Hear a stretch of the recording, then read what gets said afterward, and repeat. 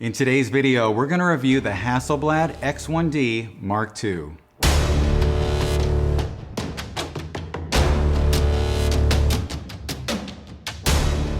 In full disclosure, Hasselblad provided me with this camera to use for free for about a month. And during that time, I used it on 4 full shoots, and I used it sparingly on a few others. Plus, I would have used it for a few more if it wasn't for some COVID-related problems. All of the tests that I conducted were with soft light, but I would have used hard light on a shoot that I tried to get in, but unfortunately I had to cancel that shoot.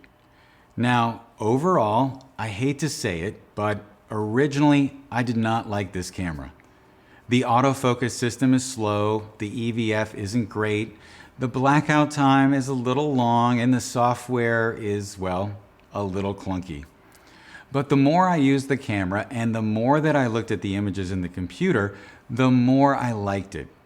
There's just something about it that feels very tactile and immersive compared to the very automated Canon EOS R5, which I was using alongside of it for comparison purposes. Essentially, this camera just makes you slow down and be deliberate about your work so that you don't need to do, well, as I normally do, take about 600 photos during a session. With this camera, I only needed to take about 300 to get the same results. But the image quality is what really makes this camera shine. As a portrait photographer, you've got to wait for the strobes to recycle anyway, so this camera just makes you take a little more time to put a little more value into the outcome of each pop. If you're someone who likes to schizophrenically change your framing or who likes to shoot really wide open f-stops, this camera may not be for you. But if what you like to do is take a picture with solid depth of field, where you perfect the posing and the lighting, then you're going to enjoy the results from this camera. I don't think this camera is for people who'd like to run and gun or shoot anything that's in motion. So first off, let's talk about the design. It's slightly bigger than a DSLR, and the lenses are bigger and heavier than lenses with the same equivalent focal length in the 35mm format. But the camera itself looks sort of retro and sort of modern at the same time. And overall, I like the design, but one thing that I didn't like was I had trouble using the touch and drag autofocus while shooting vertically with my right elbow tucked down. And I also frequently changed the shutter speed and f-stop dials by mistake just by handling the camera, which isn't something that usually happens with my Canon cameras. When it comes to the LCD and the menus, the user interface is very simple, and the interaction with the camera is more like interacting with a smartphone. Hasselblad provided me with both an 80mm f1.9 and a 120mm f3.5 macro lens. I used the 80mm most of the time and found that it was a really great focal length in the studio. It's equivalent to a 65mm 35mm lens, give or take. Sometimes it did come up a little bit short, but it also let me sort of feel more intimate with my subjects because I was closer. The 120mm lens was great in particular situations, but I actually found that it was just a touch too long, as it's a 95 or so millimeter equivalent, just a little bit too long for portraits when I was shooting in my studio, and that's based on the space that I have to back up. So I probably would have been better off had I gone with their 90mm f3.2, but you know, hindsight is 20/20. However, I did test out the 120mm macro capabilities when I was shooting flowers and insects in this video that I'll put right here, and the results were fantastic. The pictures were far sharper than the images that I got from the Canon EF 100mm L series macro lens, and I was really just happy with the overall results. The sensor on this camera is not 2 to 3 like a DSLR. It's 4:3, which makes it a lot closer to the 8:10 format, which has become very popular on social media thanks to Instagram. If you're cropping the 45 megapixel R5 35mm sensor to 8:10, and you're also cropping the 50 megapixel Hasselblad sensor to an 8:10, the Hasselblad image will be 137 megabytes versus 107 megabytes for the Canon image. If you're counting pixels, that would be 7750 by 6200 for the Hasselblad and 6830 by 5464 for the Canon R5. But the sensor surface area that you're using to create the 8:10 on the Hasselblad is about twice the size of the surface area that you're using on the R5. And in theory, lower pixel density should result in lower noise and higher image quality. The electronic viewfinder looks great outdoors, and when you look through it, the image that you see takes up more of your field of view than the image that you see when looking through the R5. When I was bouncing back and forth between the medium format camera and the 35mm camera, it was almost like that I was looking at a really big image and then looking through a porthole.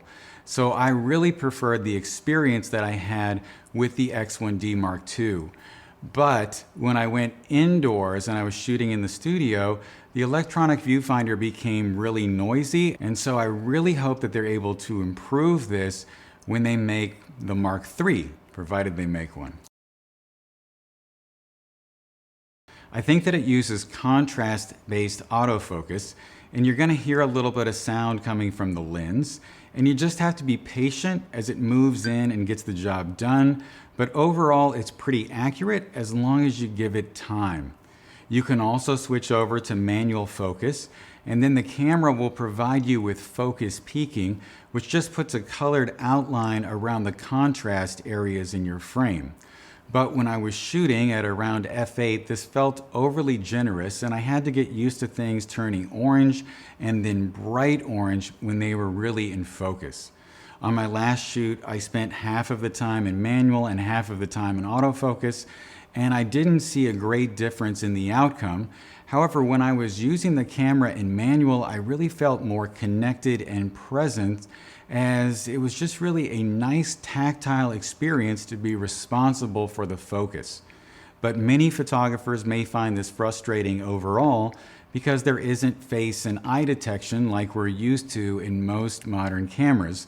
So hopefully they'll include that when they update the camera. This system uses a leaf shutter, and without getting into the technicalities, it essentially allows you to shoot at 1/2000th of a second with normal flash. I'm not talking about high-speed sync, but normal flash. But unfortunately, because of this technology, it also means that you can't shoot faster than a 2,000th of a second outdoors. Also, you bokeholics out there might be a little bit upset because the leaf shutter causes this camera to produce bokeh with flat edges. But if you use the full or round maximum aperture mode, you'll be able to get rounder looking bokeh, but only with the XCD lenses.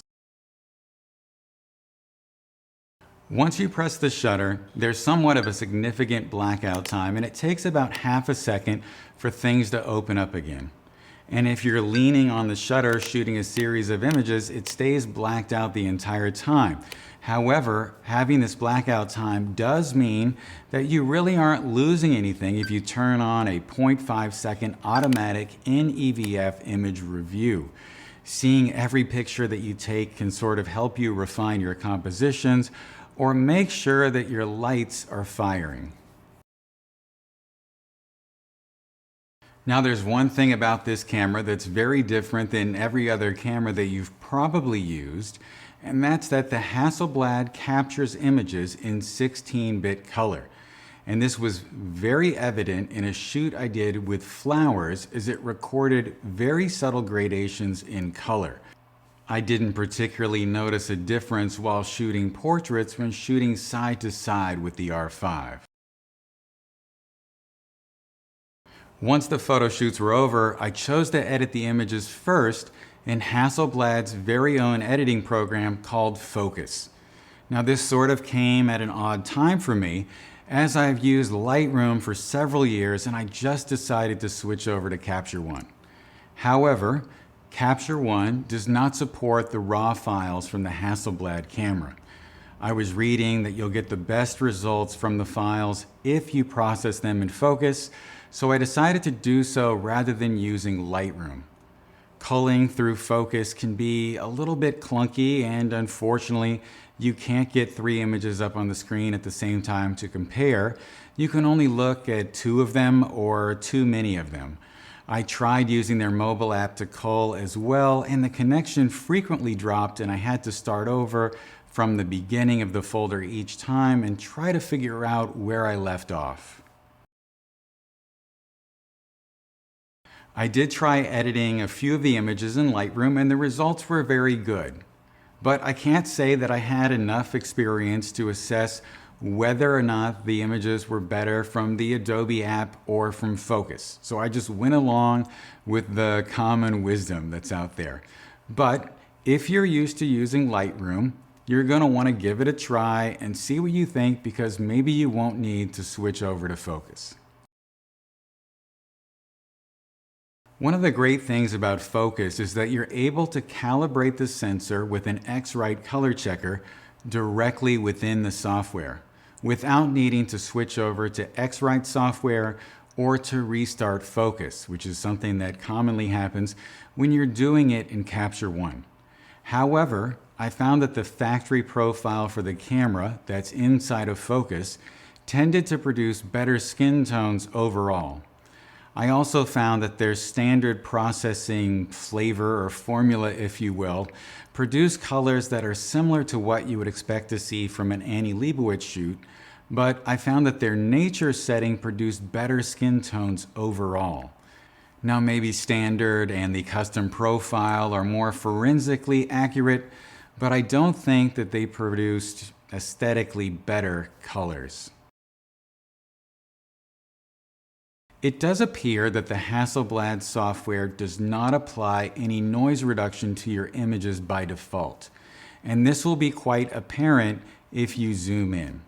But you can filter the noise out manually yourself right there in the program, and it's really easy to use. I also don't believe that this camera has an anti-aliasing filter, which led to a lot of moire on the clothing worn by the models. However, right below the noise filter is a universal moire filter, which works fairly well, but if you zoom in past 100%, you'll start to see some really strange things where colors, or 2 different colors appear next to each other. Sort of like this blue collar just sort of bleeds on over into the vest. You can brush on the moire filter manually, but it also causes the same color issues. I really wish that there was a version of this camera with an anti-aliasing filter, but then again, that might degrade the image quality because the camera produces insane amounts of detail. If you zoom in to 400% and compare it to images from the R5 at 400%, you will be blown away by the difference, which makes me believe that you could reproduce prints from the Hasselblad camera significantly bigger than you could reproduce images from the Canon camera.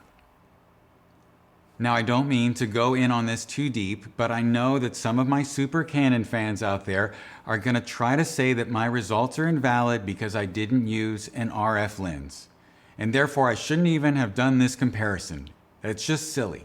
If you look objectively at these charts from a digital picture, up here on the left, we have the Sigma 85mm 1.4 at 5.6. And that was the lens that I used during the shoot. You're probably even more upset that this isn't a Canon lens, but let's just get past that. Over here on the right is the Canon 85mm f1.2 RF lens, also at 5.6. And 5.6 is the f-stop that I used most of the time when I was comparing the 2 cameras. And if you objectively look at these 2 images, you will conclude that the lenses are basically the same. And even though they're shot on different cameras, I know it's not a direct comparison, you could even make the argument that the RF image is not as sharp as the Sigma image. I can tell you that no matter what lens that I was using on the Canon camera, and I compared it against the Hasselblad lenses, the results were the same. When you zoomed in at 400%, the Hasselblad image looked spectacular. I normally try to do all of my work in Lightroom or Capture One, unless I have to do composites or background extensions, and then I'll take the photos into Photoshop. But unless I'm missing something, Phocus doesn't have a healing brush for skin retouching. So it's almost like the program is preparing the photos to go into another program for retouching. With the X1D files, I ended up processing them and then exporting them as 16-bit TIFF files, and then I retouched them and graded them in Capture One. So just to sum things up, I think that if you're a meticulous, thoughtful photographer who really appreciates image quality over speed, this will be a great camera for you, especially if you plan on making really large prints. But if you're more inclined to shoot multiple pictures per second and just keep things moving at a high rate of speed, or shooting things that move, I think this camera is probably going to frustrate you. Thank you guys so much for your time. If you have any questions or comments, please leave those below. I'm sure that I've probably pissed off both the Hasselblad trolls and the Canon trolls. Please go ahead and turn on your notifications and hit that thumbs up, and wear your mask, call your mom, and I'll talk to you guys soon. Take care.